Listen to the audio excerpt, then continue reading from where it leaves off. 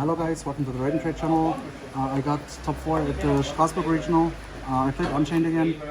I did make some deck building errors, I think, because I threw it together like within 1 hour yesterday at 2 AM. So it's, there was one big mistake in there, I think, but yeah. The deck worked out fine. I played a lot of Draco Tail. I had like 1 Blue Eyes, 4 Draco Tail, one Mitsu Yami, 1 Mitsu Ryziel, and 1 Malice. I lost against 1 Draco Tail because I only had like Musket plus Mistaken Arrest to trigger the Musket, and his hand was Magnamut, and I had Mutiny in his guy in the hand, and he had 5 mana with Molulu and Rogula, so I kind of lost on the spot. Yeah, let's get into the list. First, of course, the Fiendsmith package. I'm playing another normal summon, I'm showing in a second, so only one Lacrima, it's definitely enough. Then 3 Tracked and 1 Sank. Tracked is by far the best card in the deck with the new with the unbanning of Lacrima. It gives you so many more pushes by just using monsters from your hand that would be dead otherwise. That's why it's not too bad to open multiple normal summons as well. So you need to max the access to Track because it's by far the most broken card in this deck. And the 1 Sank to play around draw with Engraver. And at the same time, it's just good to trigger Musketeers, which I play as normal summon again, and it's really good if you open like both of them, of course. So, yeah. Then for Unchained package, I kept it small to reduce bricks, so it was only these, the Aruha and the 3 Prison.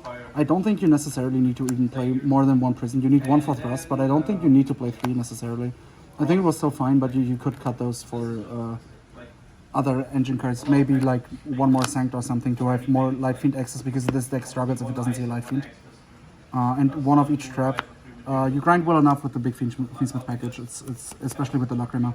You don't need more traps to grind, and your board usually insta-wins if you get to the board. And you don't want to hard draw these because they don't do something immediately. Like they're fine to draw, like especially with these, of course, but even with Fiendsmith cards, it makes it really easy to just go into Yama and get access to your whole engine that way. But it's not a card that actively does something, so I think 1/1 is enough. And you often, like, you mostly side out Chamber going second, like that's what I did at least, except against Draco Tail, where I actually want to see like these combinations, because they beat both traps. Then for the normal summons, I played the Muskets again. I did play Tour Guide before with the release of the Mutiny package, but I think the Muskets are now better again, because if you have like multiple Muskets in hand, it's really easy to get value out of them with Tracked.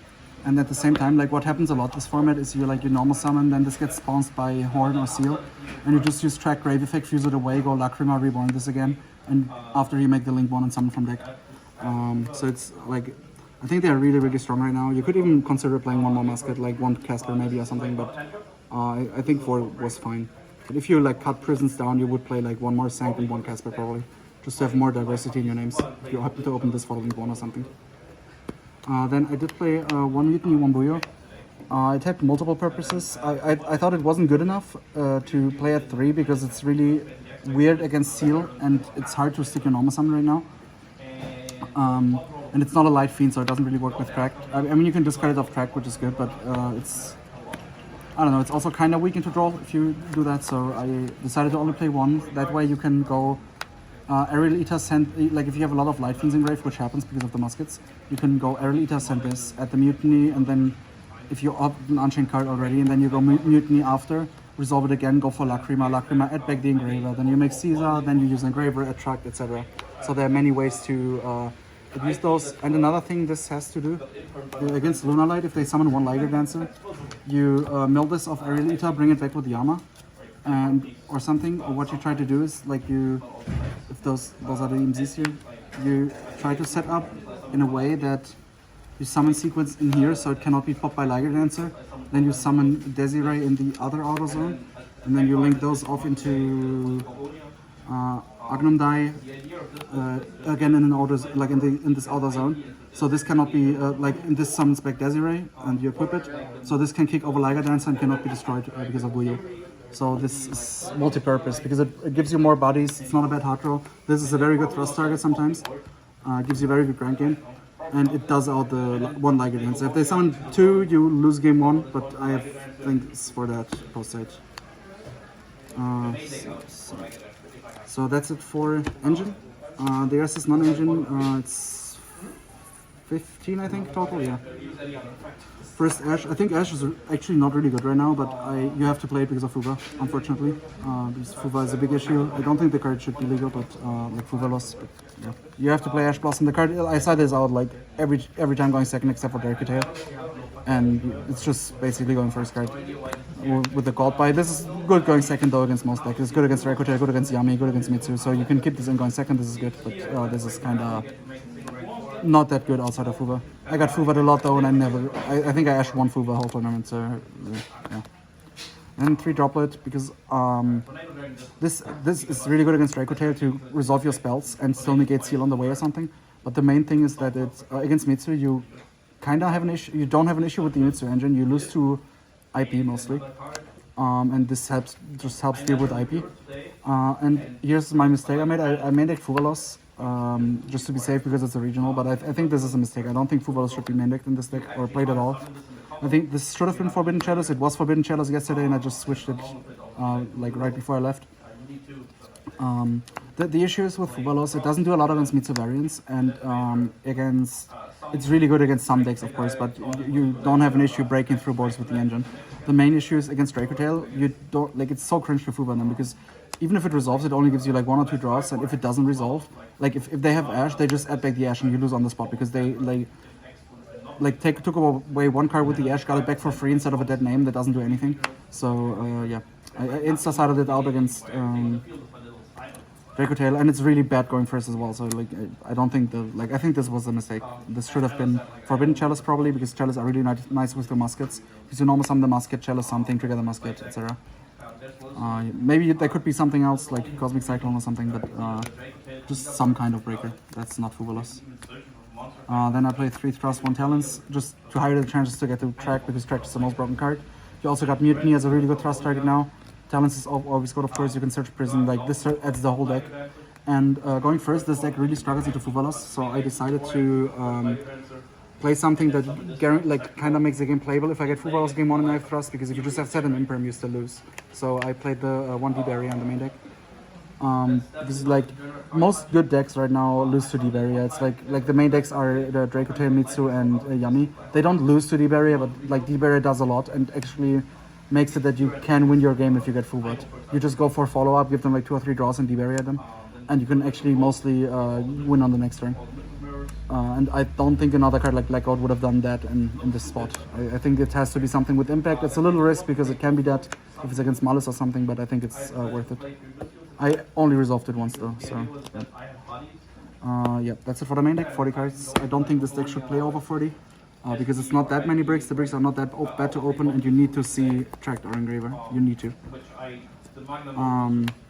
You have ways to access Engraver going first, of course, but going second and then Track. But going second, you need this.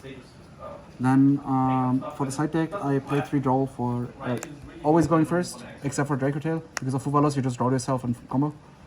I don't like it against Dracotail because a lot of their turn 0, like a lot of their interruption against you turn 0 are either 5 mana or are yeah, so draw doesn't do anything, and it doesn't do anything on their next turn really. So I kind of dislike draw against it. I just kept the droplets because droplets are really good, and I just sided out the Fuva for this usually. Against Malice I put in this for the Fuva just to draw myself. But against anything else, I put this instead of Fuva, this instead of Droplet, except for Dracotail, where I just kept the Droplets because they're good turn 0. Mistaken Risk is just the most broken card, of course. Then 3 Dark Ruler, of course Thrust target, but mostly it's just against Yami because like Arclight can be really annoying with this deck. Dark Ruler does a lot against it. It's good into Mitsu Ryziel variants where you can negate more things. It's good if you see the Magistus cards game 1 because you can negate Kaliga with this after like Ash, if you have Ash for Trap or something. So I would play this again. This was good, and I think like, these cards are really good, really versatile. Of course for Thrust, but still they force your opponent to interact with it. Otherwise they kind of lose on the spot. And if they interact with it, Thrust is usually life, etc. And you have a lot of combinations to sack your opponent by having like Ash or Droplet on top against Dracotail, so they resolve.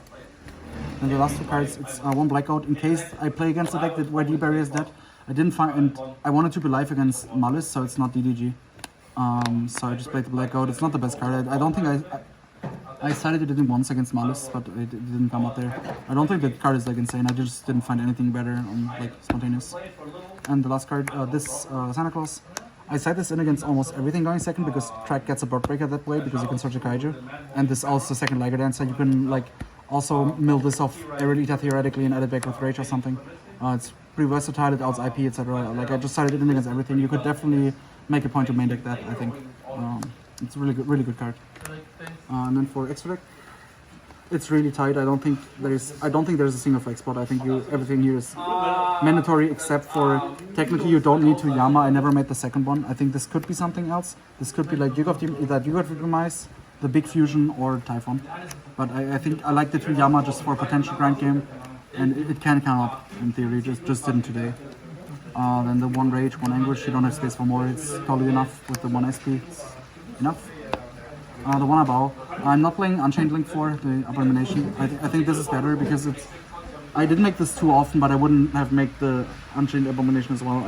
I don't think this deck has an issue outing boards. Fiendsmith do that so well. You don't need the Abom, and this offers you much more flexible interruption. This can be a great extender to get like rid of Shayamas or Buyo or something, or Mutinies in hand. Like you can sometimes go Mutiny, send a card from field, add it back. Discard Mutiny, reborn something to keep extending. Like if your monster on field is less valuable than something you could reborn. So I really like this. Then the 1 Max for the muskets, 1 Requiem. I would like to play a second one. Like you could play a second one instead of Yama, but at the same time I didn't lose the game because I've only played one. Like the 1 Sequence, 1 Agram Die, mandatory with the Desiree. Of course the Necro Quip with this, the Aerolita for 1 card combo, and Caesar. I think that like all of these are definitely mandatory. That's it for the list. Thank you guys for watching. Shoutouts to Adam for driving here and testing. And yeah, kind of unfortunate I got 4th. I won against the last undefeated person last round. It happens. Thank you for watching and see you guys next time.